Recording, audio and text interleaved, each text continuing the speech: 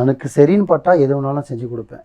So நல்லதுன்னு பார்த்தீங்கன்னா இப்போ ஸ்பெசிஃபிக்காக இதுதான் சொல்ல போனீங்க பார்த்தீங்கன்னா ஹஸ்பண்ட் ஒய்ஃப் பிரிஞ்சு இருப்பாங்க. ஸோ அதையும் நான் சேர்த்து வைப்பேன்.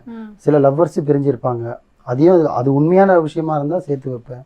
சில பேருக்கு ப்ராப்பர்ட்டி சேல் ஆகாமல் இருக்கும், வாங்கி வச்சு விற்க முடியாத ப்ராப்பர்ட்டியாக இருக்கும், சொத்து பிரச்சனை இருக்கும், அதுவும் முடிச்சு கொடுப்பேன்.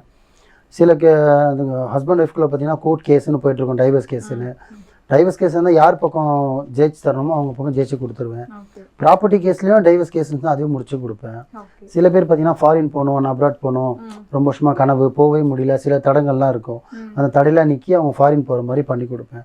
எஜுகேஷன் முழுக்கொண்டும் நம்மகிட்ட கிளைண்ட்ஸ் வந்துட்டு தான் இருக்காங்க.